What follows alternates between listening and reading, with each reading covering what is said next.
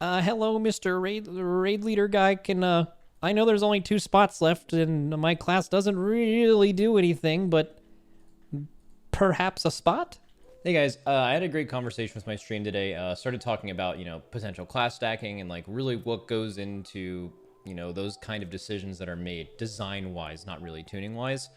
Ended up having, a lot of good insight, I think, onto like kind of why people bring classes. So it's an overall thought about how class balance works in a raiding environment at a high level, but it also kind of shows some flaws that a few classes have and some good things that other classes have that haven't been talked about enough. Anyways, I thought the whole thing was great. The chat was great too, with really good feedback. So I hope you enjoy it.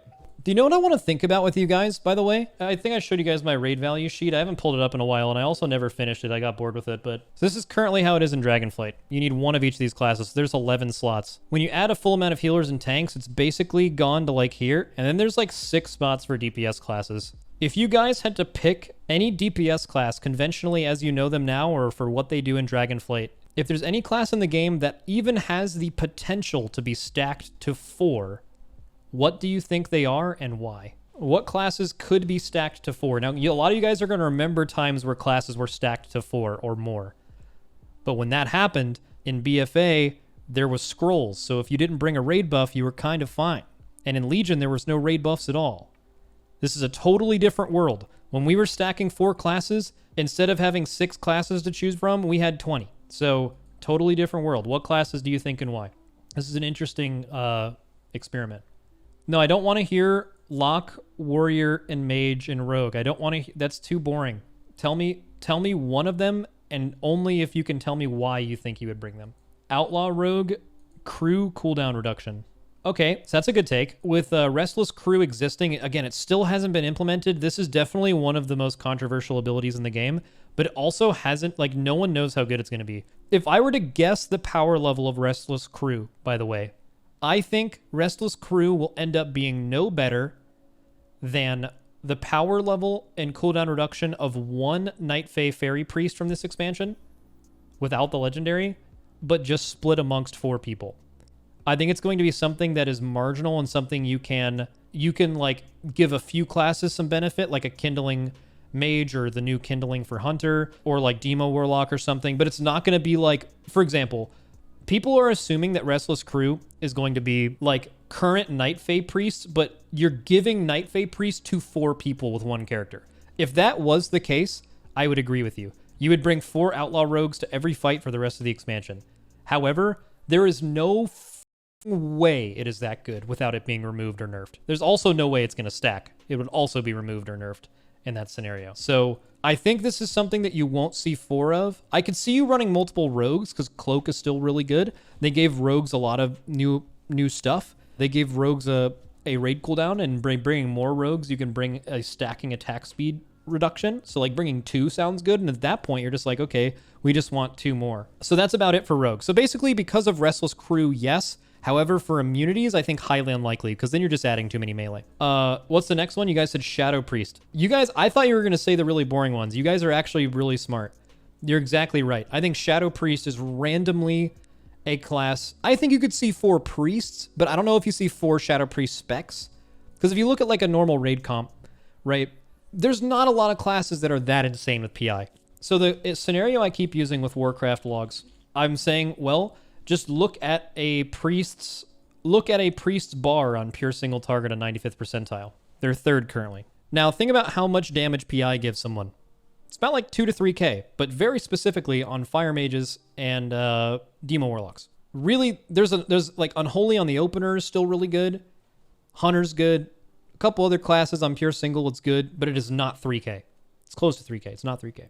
So let's just say you're giving it to the very best class in the raid. Usually you only have like 2 or 3 of them, but the 4th one wouldn't have as much value, especially when you're removing ranged DPS slots by bringing more priests. But yeah, priest is a very stackable class, but because they get Twins of the Sun Priestess in their actual class tree, basically if you're ever looking at a statistics of how good classes are in single target on average with a bunch of sample size, your Shadow Priest is just going to have, like, look at my mouse, like this much of a bar added to their bar the entire rest of the expansion. It's actually even more. Best case scenario, it's up to here. So that means they could be actually bottom tier as fuck, which by the way, people be complaining all the time and Blizzard would buff them to be middle of the pack minimum. And then when they're middle of the pack minimum, they're just bringing the most raid DPS per class than any other spec in the game. Super powerful. Very high IQ. All right, give me another one. What is another class you think has even the potential? By the way, I'm just going to be fully real with you guys. I'm pretty sure with the new raid buff situation, there might be 1 or 2 bosses in the entire expansion that are killed world first with 4 of the same spec in. I think it's basically not going to happen. That's why this exercise is fun. Because you're saying if it will happen, what are the extremes that would allow it to happen? It's extremely rare for that to happen this expansion. Evokers, I'm going to stop you right there. There's no fucking way. Just no. I would say you're probably going to bring an evoker on every fight, although you don't have to. We would have to see how they work out. There's just no fucking way. No. For Warlocks. So that's a conventional pick. Warlocks are typically very strong. They're also unkillable. Sometimes you need multiple gateways. However, outside of Gahoon, you've never needed more than 2. So, outside of an outlier, that's not really a thing. I think Warlock's a weak pick.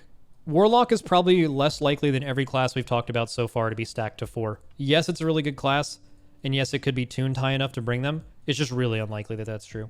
In fact, if they make you bring these 3 classes too, and they actually fix this, then you might have like 4 slots. Like, it's basically impossible to do this. So many people are saying Elemental Shaman, and they are all right. I don't think you'll ever see 4 Elemental Shaman killing a boss this expansion, and that's for one reason and one reason only. They don't have really anything that necessarily puts them in the raid. I think they're going to rework the mana totem. I think this is an under-realized thing, so you could maybe have some value to healers, but even then, dude, look at end boss kills. Healers have like 20% mana, 30% mana, 50% mana, maybe 1 healer is close to Like, mana is like not insanely necessary, to be honest with you. Especially when you're just given amongst a group of healers instead of one specifically like Innervate. But Shaman's damage profile is really robust. I mean, they're just going to be the best funnel class in the game. Enhance is pretty cool. You won't see 4 Enhance ever. It would just be LE. There's no way you can bring 4 of one melee outside of one specific one, which we're going to get into in a second. Here's the one reason you won't see 4 Elemental Shamans in an end boss kill in the race world first. Because no guild has 4 players that are goated at LE.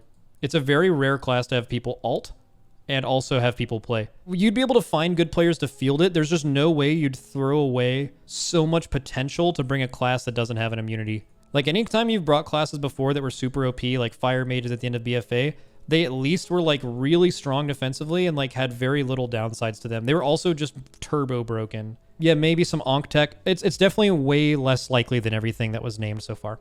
Way less likely. I think the single most stackable class next expansion is Warrior. I think it's by a good bit. Maybe Unholy DK too, because I think Warrior's Execute is going to default be better than Unholy DK's, but if it's really fast and they have I'm pretty sure Death Knight, Unholy DK in Execute phase with Dark Arbiter during Dark Arbiter, or during the Gargoyle, is going to out DPS every class in the game, including Warrior. However, on longer Execute phase fights, I think Warrior is going to absolutely machine gun windmill dunk every single person in the raid. In the last couple of expansions, they nerfed Warrior's Execute, and they buffed other classes' Execute to where even in a lot of cases, Warrior wasn't even the best Execute class in the game, even though that's kind of their identity. And Execute is more often than not the most important niche in the game, and by far the hardest part of the hardest part of the fight on the hardest fight in almost every raid tier that's ever existed. So Execute just has tremendous value. They gave Warriors way better Execute in this expansion, and not to mention that as opposed to Shaman, you're not just bringing someone who does a really good type of damage really well. You're also bringing someone that brings a rallying cry every class you're adding for damage too. So it's like you don't even feel bad that you're just bringing stuff for damage. Like, you're also making your raids safer at the same time. I think you guys had a lot of good takes in general, but I think Warrior's the most likely, top of my head. And a grip now. Yeah, their grip's kind of whatever. I think you're not going to use this on Warrior like most of the time. Where's this node? Right here. Heroic Leap becomes a 1.5 cooldown, but it pulls 4 random enemies within 10 yards to you. This is something you're going to use like once a raid. But if you have 4 Warriors in your raid, it could be extremely fucking good. You're going to be playing Bounding Stride almost all the time. And then the last one we didn't talk about was Mage. We kind of talked about Mage because we talked about Nihilotha, but I think the best chance Mage has to get stacked outside of just one of the specs being tuned really high is I feel like Frost Mages might be like mechanic machines. Like, if they created a fight that required a certain amount of immunities, before it felt really bad to bring Frost Mage because they're typically really bad on a single target. and they're really weak, especially if you're assigning their ice block to things. They actually just died, but now they have greater invis. That's fucking huge. So like they're going to get greater invis and a double block. So like you could just assign the fuck out of their immunities and they still live. And that's definitely really powerful. How do you feel about boomkins? Oh, we didn't mention moonkin. One of the classes this expansion that was stacked to 4. 5 in some cases, even though I think 5 was wrong. 4 was better. So here's why I don't think moonkins will be stacked to 4 anymore. One reason only. They made each moonkin have a 1-minute roar. Back when roar was 2 minutes, stacking moonkins felt good because it allowed you to have roar for every single movement event. Probably the most relevant fight in my mind that I could think of is Jailer, actually. Like, you just needed movement for fucking everything, and you brought druids basically just because you needed roar. Now with druids having a 1-minute cooldown roar, bringing 2 druids to a raid comp for the entire expansion means that you have a roar every 30 seconds on every fight. It would be extremely unlikely if you needed more roars than that. And that's not including the fact that there might also be a wind rush or 2 in your raid. So like you're hard chilling, right? 4 for perma roar. Not quite perma, but it doesn't really matter because there's no reason to be roared permanently. You only need it for certain spots. Let's make a 4th column. Let's call it what's likely. Just a fun topic. So what's likely in all scenarios? Okay, if you brought a Demon Hunter through a DPS or a raid, or a DPS or a tank, you might not bring a second one. Stacking Darkness is one of the worst CDs to stack, but they might be good. So we'll just leave that as an option. Druid. I think it is very likely that if you're going to pick any of these classes to bring a Okay, first of all, let's just remove DK Shaman and Hunter. If there's any class in here, you could just say, I think there will be... You're not saying this specifically for our guild or another guild. You're just saying, like, if you were being perfectly optimal, what would your raid comp look like? What would be the first class you would bring a second of? And this is all regardless of tuning. This is purely class design based. Tuning will almost certainly determine a lot of these slots at the end. Second Druid, by adding 1 class, you are adding Nature's Vigil, which is raid healing. You're adding Heart of the Wild, which is burst raid healing based on the scenario. You can have them both at the same time. You're adding a Roar every 1 minute, Innervate, and I was going to say Starfall, but like Starfall's getting changed. So that's actually no longer a raid niche that really matters, which is interesting because it might be better for them in Mythic Plus, but Starfall was just like the most overpowered version of multi-dotting in the whole game, basically. And what I mean by multi-dotting is like typically what multi-dotting used to be good for was when ads are really spread out, multi-dotters shit on everyone. Well, they shit on everyone's dots, and Starfall just did that same damage to everything. So it's basically an extremely powerful on-demand multi-dot, but they're changing that. So, whatever. And a battle res, I guess, if that's something you want to think about. That's turbo fucking powerful. Highly likely you bring a second druid, most likely as a ranged DPS for the whole expansion, if you were to just look off of value alone and not tuning. What's the next class you think you bring a second of in a lot of scenarios? There's a few culprits for this, but I think the first one is probably Warrior, actually. You bring a second Rallying Cry. This doesn't even need to be a DPS warrior. It could be a Prot warrior. Prot warrior got way more powerful. Like fucking crazy more powerful. So did Vengeance DH. The reason you brought a Havoc before in the past was because Demon Hunter did not have Darkness and Havoc did. So you're bringing the same raid buff, but just one class had a raid defensive and the other one didn't. Now, Vengeance DH brings the same raid buff. And they're noticeably more tanky. And they have a stun. And there's a few things in their class tree and spec tree that increase their single target, which was the second reason you never brought them. Their single target got fucking shit on by other tanks. They gave them a talent that made Soul Cleave do more damage to their primary target, and they gave them the Hunt. They're kind of addressing everything that kept them out of raids previously. Currently, we have no Shaman in the raid. There's really not a reason you need Shaman. I would actually say the next most likely class you were to bring based on design only and no longer tuning is actually a second Priest. And that's just because Disc is absolutely fucking wild. And Barrier's way too good of a spell. Could be a Shadow Priest too. Shadow Priest also has a tons of... So if you look at like Barrier and Shadow Priest, there's like just a really high chance you play a second Priest, I think. What's the next class you bring? I think Rogue is a strong option. Again, I'm going to completely disregard Restless Crew because I don't know if that's going to stay in the game. If it does come in the game, I think it'll be nerfed heavily. I don't think it'll be stackable. And I don't even think there's many classes in the raid that would even benefit from it, honestly. Like, it's literally like Kindling Hunter, Demo Warlock, Kindling Fire Mage, and like maybe a few other classes where like you need your 2 minutes up at like 150 instead of 2 minutes. So it helps, but it's like, I think it's going to be very non-impactful because I don't think it's going to be anywhere near the power level. I'm telling you right now, when people read this button, in their mind, they think rogues are going to give Night Fae Fairies to 4 other people. That is not going to happen. They're like this. It won't even be a quarter of that. Like, it's going to be nerfed insane. Okay, so Priest there. I do think Rogue is a good option, though. This is actually interesting. Let's just put Rogue there for now, and let's talk about Rogue. So the second Rogue in every raid brings Numbing Poison, which is a 15% attack. The cast speed's irrelevant in raids. 15% attack speed reduction, but it stacks with Insidious Chill from Frosty Case. So you're just bringing something, but it's only the second Rogue ever that will bring this. Never, ever the first. Only the second. So a second Rogue, like, kind of just brings that for the whole expansion. Is that necessary? No. Definitely, you can just say, hey, tanks, just live. We're bringing a class that does more damage, maybe, whatever. But you're just talking design-wise here, not tuning. So design-wise only, second Rogue lightly. All right. Paladin. Let's talk about Paladin. So Paladin is also in a weird scenario where if you're only bringing one spec of Paladin, it's kind of not even remotely close. Paladins begin with Devotion Aura and not Retribution or Crusader. This is relevant because if you're the first Paladin in a raid environment, you are Devotion Aura 100% of the time, not 99, 100. And Prot and Ret just have to waste a point on that because they start with Red Aura. Actually, is it just Ret? It's just Ret. Ret Paladins, as the first Paladin in the raid, we'll get into the second in a second, will really want Red Aura. This is not just the same thing that gives you Avenging Wrath when someone dies. This is potentially going to give you a 4-second Seraphim every 30 seconds. Really good. You will not have this. And if they tune around you having this, as the first Paladin in a raid as a Ret, you won't have it. You know what else Holy Paladin has that the other two specs don't have? They have Blessing of Summer, which is fat as fuck. And they are the only class who has the only spec in that class that has the ability to turn Devotion Aura into a raid cooldown. So if you're looking at the one Paladin you are bringing to a raid, just 90% chance that button says Holy. Let's talk about bringing a second Paladin. Second Paladins bring a lot of fucking value. And it can be any spec at this point, because whatever spec it will be can actually pick Aura, it can pick Red Aura, and whichever Paladin you're bringing a potential really short cooldown sack that's super powerful. You're bringing Blessing of Spell Warding on every spec, and as a Holy Paladin, you're bringing an extra raid cooldown and an extra Blessing of Summer.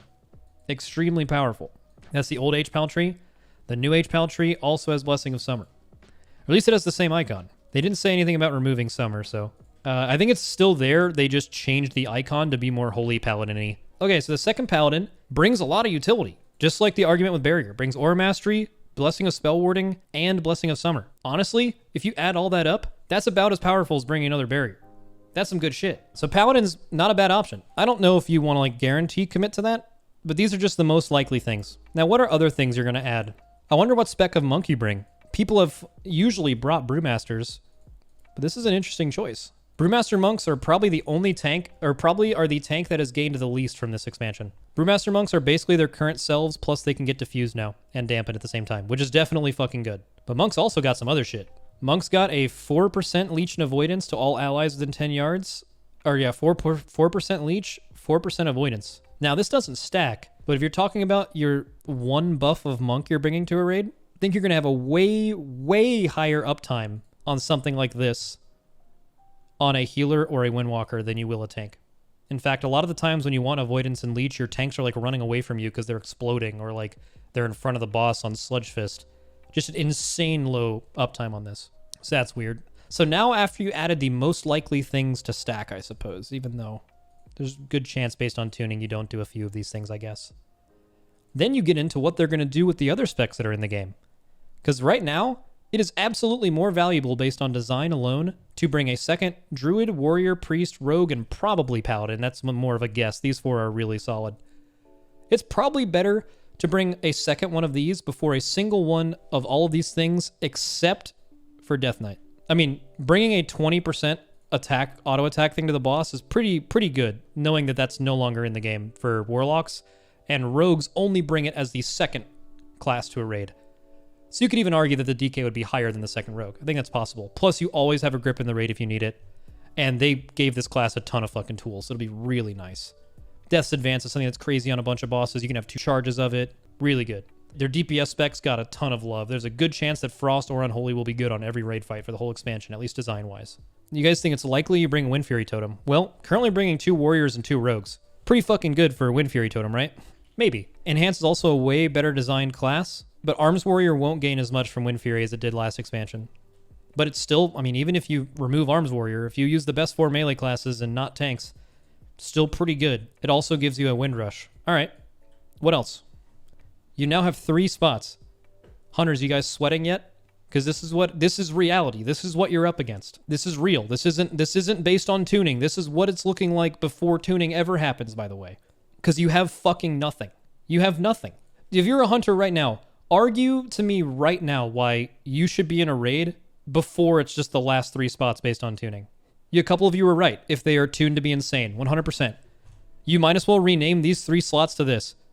Whoever is tuned well. But that could be anyone. Dice roll. Guess who else is dice rolling to be stacked based on tuning? Every single one of these classes. What about Binding Shot? Sylvanas, multiple other raid fights where binding just saved you a lot of time. Well, that's gone, right? It's a stun now. Guess who brings stuns? Most of these classes don't need it. This is my point. You could make an argument for Shaman. You can make a strong argument for Death Knight. This class is being left out to, it absolutely needs a button. It is so obvious. You need Turtle? Sure, Turtle's a great button. Turtle, in some scenarios, is the best thing in the game. That is correct. There'll be a fight where Turtle's insanely fucking good and way better than other immunities.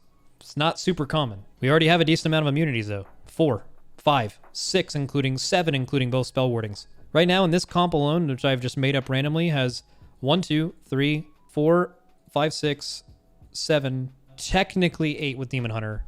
You can meta immune things, but that's very rarely done. And you can also Nether Walk, which functions as an immunity in 9 out of 10 scenarios where real immunities are used.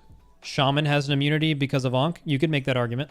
Oh, also, kind of weird, if you were to play Holy Priest, in parentheses, you won't.